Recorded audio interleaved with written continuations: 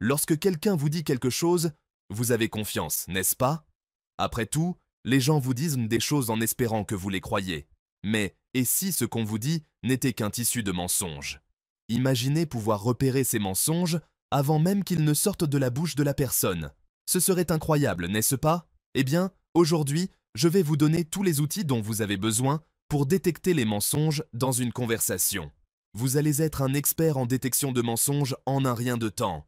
Et tout ça sans que la personne en face de vous n'ait la moindre idée de ce qui se passe dans votre tête. Imaginez-vous dans une situation où quelqu'un vous dit quelque chose et vous commencez à avoir un petit doute. Vous êtes un peu sceptique, mais vous ne savez pas vraiment pourquoi. C'est là que les détecteurs de mensonges invisibles entrent en jeu, votre capacité à repérer les indices subtils dans la conversation. L'un des moyens les plus simples et les plus efficaces pour détecter un mensonge est de porter attention aux micro-expressions faciales. Ces petites mimiques fugitives, qui durent souvent moins d'une seconde, en disent au long sur ce que quelqu'un ressent vraiment. Les menteurs sont souvent tellement concentrés sur leur histoire qu'ils oublient de contrôler leurs émotions. Vous pouvez voir des signes comme un sourire qui disparaît trop vite, un regard qui se détourne soudainement, ou même une micro-expression de peur ou de culpabilité qui traverse leur visage. Ces signes peuvent être difficiles à détecter pour un œil non averti, mais avec de la pratique, vous allez commencer à voir des choses que la plupart des gens ne remarquent même pas. Mais les expressions faciales ne sont qu'une partie du puzzle. Il y a aussi la façon dont une personne utilise son corps. Avez-vous déjà remarqué que, quand quelqu'un ment, il semble moins détendu, comme s'il avait un peu peur?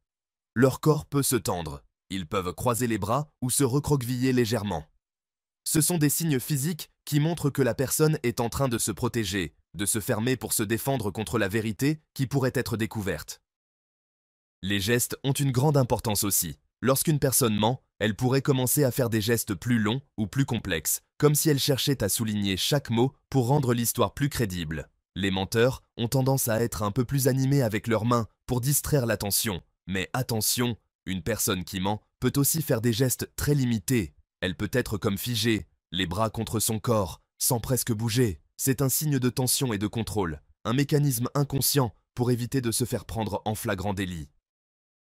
Mais les gestes et les expressions ne suffisent pas.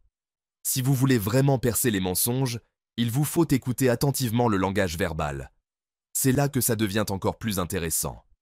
Les menteurs changent souvent leur façon de s'exprimer. Par exemple, ils peuvent parler plus lentement, hésiter, ou même donner des réponses vagues et ambiguës. Au lieu de répondre de manière directe et concise, ils vont tenter de gagner du temps, de tourner autour du pot. Parfois, ils répètent des phrases ou des mots pour donner l'impression qu'ils réfléchissent profondément à ce qu'ils disent. Mais en réalité, ils cherchent juste à combler un vide. Une autre technique classique des menteurs est de raconter des histoires excessivement détaillées, parfois trop détaillées. Ils peuvent se perdre dans des petites précisions, comme la couleur de la chemise de quelqu'un ou la marque exacte d'un produit. Ce type de détails excessifs est une tentative de rendre l'histoire plus crédible. Si une personne vous raconte une histoire de manière extrêmement précise, c'est peut-être un signe qu'elle essaie de masquer la vérité. Les menteurs vont aussi avoir tendance à éviter d'être trop spécifiques quand ils sont sous pression. Si vous posez des questions directes et que la personne commence à se contredire ou à se défendre en se justifiant avec des détails flous ou impossibles à vérifier, vous tenez probablement un mensonge. Une personne honnête ne va pas changer d'histoire chaque fois qu'elle répond à une nouvelle question. Le ton de la voix aussi joue un rôle majeur. Lorsqu'une personne ment, sa voix peut se moduler, devenir plus aiguë, tremblante ou plus basse. Parfois, un menteur peut aussi adopter une attitude plus défensive, comme s'il se préparait à être mis en accusation. Ce changement dans le ton est souvent une tentative inconsciente de cacher l'anxiété qu'il ressent en mentant. Si vous prêtez attention aux variations de la voix, vous allez pouvoir repérer ces indices de nervosité. Ensuite, il y a un facteur moins évident, mais tout aussi puissant, les pauses. Lorsqu'une personne ment, elle a souvent besoin de plus de temps pour répondre. Pourquoi? Parce qu'elle doit réfléchir à son histoire et s'assurer qu'elle ne se contredit pas. Un menteur hésite souvent avant de répondre, ou il peut chercher à gagner du temps en évitant une réponse immédiate. Il peut aussi répéter des phrases pour donner l'impression qu'il a pris du temps pour réfléchir.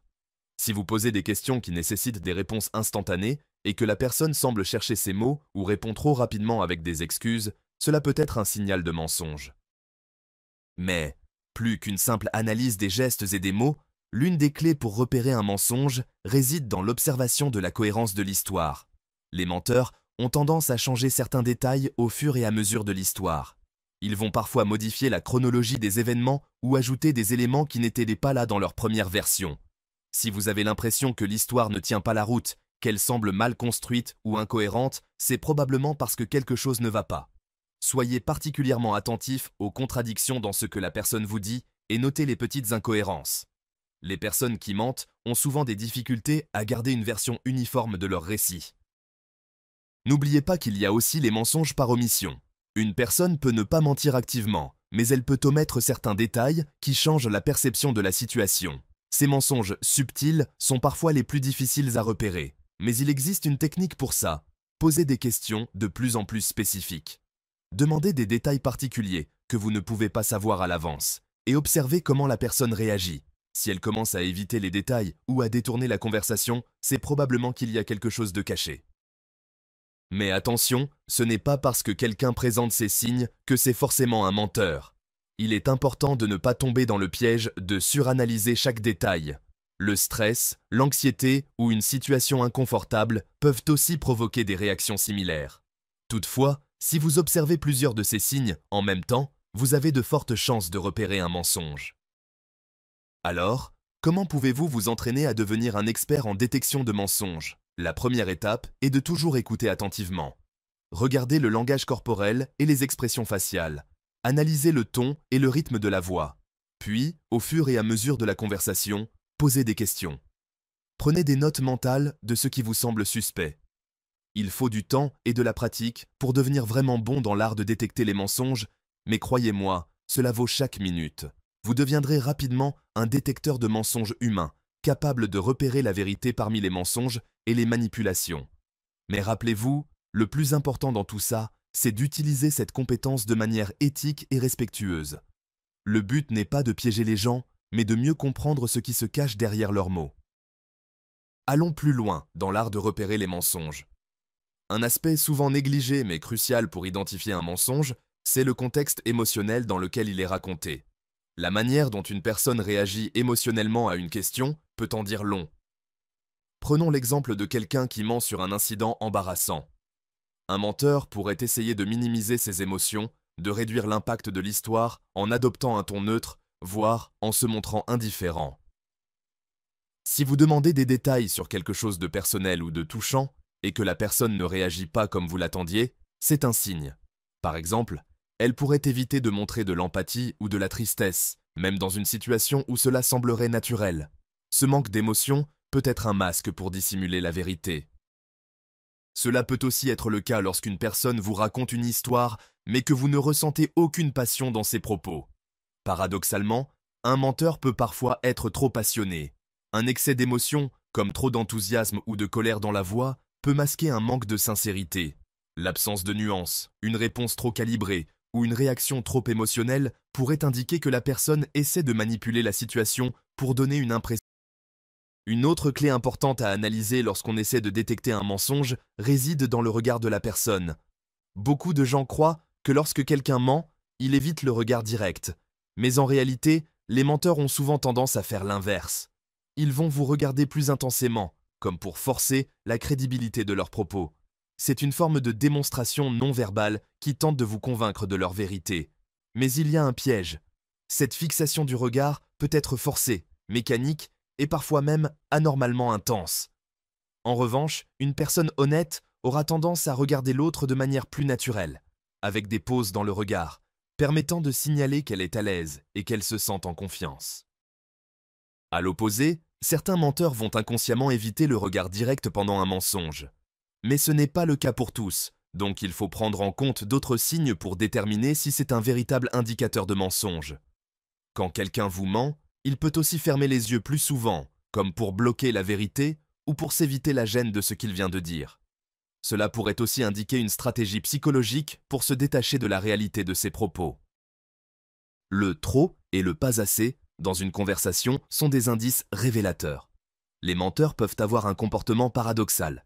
Ils peuvent soit en dire trop, soit en dire trop peu. Trop de détails. C'est un moyen de distraire l'auditoire et d'occuper l'espace mental.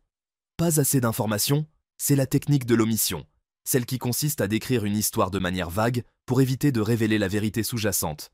Par exemple, quelqu'un qui est accusé de mentir sur des événements spécifiques peut soudainement se concentrer sur des généralités, comme « j'ai toujours été honnête » ou « je n'ai jamais fait ça dans ma vie ». Ces réponses ne répondent pas directement à la question, mais cherchent à détourner l'attention. Un menteur peut aussi être submergé par la culpabilité ou le stress, et vous répondre avec une réponse trop brève pour éviter de se retrouver pris en flagrant délit. L'une des erreurs les plus courantes lorsqu'on tente de détecter un mensonge est de croire qu'il existe un ensemble de signes universels. En réalité, chaque individu peut réagir différemment en fonction de la situation et de sa personnalité. L'un des facteurs les plus importants à prendre en compte est le contexte global du mensonge. Par exemple, une personne qui ment pour protéger quelqu'un qu'elle aime pourrait réagir de manière différente de celle qui ment pour obtenir un avantage personnel. Les mensonges motivés par des émotions comme la peur ou l'amour peuvent entraîner des comportements plus subtils, comme des changements dans le ton de la voix ou des gestes protecteurs, par exemple croiser les bras ou se mettre en retrait. Par ailleurs, l'état psychologique d'une personne peut fortement influencer son comportement lors d'un mensonge. Le stress est une réaction naturelle lorsque l'on ment. Un menteur sous pression pourra avoir des gestes nerveux, comme se passer la main dans les cheveux, frotter son visage ou manipuler des objets autour de lui. Il peut aussi avoir des difficultés à respirer correctement ou à garder une posture détendue. Ce type de réaction est souvent un signe que la personne se trouve dans une situation inconfortable et cherche à masquer son stress. Un autre détail crucial qu'on oublie souvent de considérer est la manière dont une personne structure ses réponses. Les menteurs ont tendance à utiliser des phrases plus longues, plus compliquées. Pourquoi? Parce qu'ils essaient de se protéger. Ils ajoutent souvent des informations supplémentaires pour tenter de rendre leur récit plus crédible. Mais attention à la manière dont ces informations sont fournies. Les menteurs peuvent parfois introduire des coups de théâtre pour renforcer leur version des faits. Ils pourraient par exemple dire quelque chose comme « je jure sur ma vie » ou « je ne mens jamais, ce n'est pas mon genre ». Ces déclarations peuvent sembler sincères, mais en réalité, elles sont souvent une tentative de manipuler la perception de la personne à qui elles sont adressées. Les mensonges peuvent aussi être plus difficiles à repérer dans un cadre où la personne ne s'attend pas à être mise en doute. Par exemple, si quelqu'un vous ment dans un environnement social ou familial où il se sent en sécurité, il peut devenir beaucoup plus confiant, voire arrogant. Il peut sembler plus à l'aise à l'idée de mentir, pensant que vous n'oseriez pas remettre en question ses paroles. Le mensonge peut alors paraître beaucoup plus subtil, mais en y prêtant attention, vous pouvez repérer des signes de tentative de manipulation. Parlons maintenant de la réaction d'une personne quand on lui pose une question précise. Un menteur, s'il est pris au dépourvu, peut réagir de manière défensive. Il peut essayer de retourner la question, de vous accuser de lui poser des questions injustes ou de s'agacer. C'est souvent une tentative de détourner l'attention de son propre comportement. Un moyen subtil de tester la sincérité est de poser une question qu'ils n'attendent pas ou qui semble anodine. Par exemple, vous pourriez leur demander de raconter l'histoire dans un ordre différent. Si la personne est hésitante ou essaie de donner une réponse floue, c'est un signe qu'elle se trouve dans une position délicate. Une autre astuce consiste à demander plus de détails après que quelqu'un ait raconté une histoire. En observant leur réaction, vous pouvez repérer s'ils ajoutent des informations crédibles ou s'ils modifient simplement ce qu'ils viennent de dire. Si une personne qui ment se rend compte qu'elle a oublié un détail important, elle pourrait essayer de le rattraper dans sa réponse suivante, mais souvent, cette tentative ne correspondra pas exactement à ce qui a été dit au départ. Les signes de mensonge ne sont donc pas toujours évidents, mais lorsqu'ils sont combinés et analysés de manière cohérente, ils peuvent vous fournir une image assez claire de la vérité cachée derrière les mots. Mais encore une fois, la clé réside dans l'observation et l'interprétation du comportement humain dans son ensemble. Ce n'est pas seulement le comment, mais aussi le pourquoi. Pourquoi une personne réagirait-elle de cette manière? Pourquoi éviterait-elle certains détails? Si vous arrivez à déchiffrer cela, vous aurez une bien meilleure chance de comprendre quand quelqu'un vous ment. Alors, armé de tous ces indices, vous serez non seulement capable de repérer un mensonge, mais vous comprendrez aussi la psychologie qui se cache derrière, vous permettant de mieux interagir avec les autres et de comprendre les motivations qui les poussent à ne pas dire la vérité. Allons plus loin dans l'art de repérer les mensonges. Un aspect souvent négligé mais crucial pour identifier un mensonge, c'est le contexte émotionnel dans lequel il est raconté. La manière dont une personne réagit émotionnellement à une question peut en dire long. Prenons l'exemple de quelqu'un qui ment sur un incident embarrassant. Un menteur pourrait essayer de minimiser ses émotions, de réduire l'impact de l'histoire en adoptant un ton neutre, voire en se montrant indifférent. Si vous demandez des détails sur quelque chose de personnel ou de touchant, et que la personne ne réagit pas comme vous l'attendiez, c'est un signe. Par exemple, elle pourrait éviter de montrer de l'empathie ou de la tristesse, même dans une situation où cela semblerait naturel. Ce manque d'émotion peut être un masque pour dissimuler la vérité. Cela peut aussi être le cas lorsqu'une personne vous raconte une histoire, mais que vous ne ressentez aucune passion dans ses propos. Paradoxalement, un menteur peut parfois être trop passionné. Un excès d'émotion, comme trop d'enthousiasme ou de colère dans la voix, peut masquer un manque de sincérité. L'absence de nuances, une réponse trop calibrée ou une réaction trop émotionnelle pourrait indiquer que la personne essaie de manipuler la situation pour donner une impression. Une autre clé importante à analyser lorsqu'on essaie de détecter un mensonge réside dans le regard de la personne. Beaucoup de gens croient que lorsque quelqu'un ment, il évite le regard direct. Mais en réalité, les menteurs ont souvent tendance à faire l'inverse. Ils vont vous regarder plus intensément, comme pour forcer la crédibilité de leurs propos. C'est une forme de démonstration non verbale qui tente de vous convaincre de leur vérité. Mais il y a un piège. Cette fixation du regard peut être forcée, mécanique et parfois même anormalement intense. En revanche, une personne honnête aura tendance à regarder l'autre de manière plus naturelle, avec des pauses dans le regard, permettant de signaler qu'elle est à l'aise et qu'elle se sent en confiance. À l'opposé, certains menteurs vont inconsciemment éviter le regard direct pendant un mensonge. Mais ce n'est pas le cas pour tous, donc il faut prendre en compte d'autres signes pour déterminer si c'est un véritable indicateur de mensonge. Quand quelqu'un vous ment, il peut aussi fermer les yeux plus souvent, comme pour bloquer la vérité ou pour s'éviter la gêne de ce qu'il vient de dire. Cela pourrait aussi indiquer une stratégie psychologique pour se détacher de la réalité de ses propos. Le trop et le pas assez dans une conversation sont des indices révélateurs. Les menteurs peuvent avoir un comportement paradoxal. Ils peuvent soit en dire trop, soit en dire trop peu. Trop de détails. C'est un moyen de distraire l'auditoire et d'occuper l'espace mental. Pas assez d'informations, c'est la technique de l'omission, celle qui consiste à décrire une histoire de manière vague pour éviter de révéler la vérité sous-jacente. Par exemple, quelqu'un qui est accusé de mentir sur des événements spécifiques peut soudainement se concentrer sur des généralités, comme « j'ai toujours été honnête » ou « je n'ai jamais fait ça dans ma vie ». Ces réponses ne répondent pas directement à la question, mais cherchent à détourner l'attention.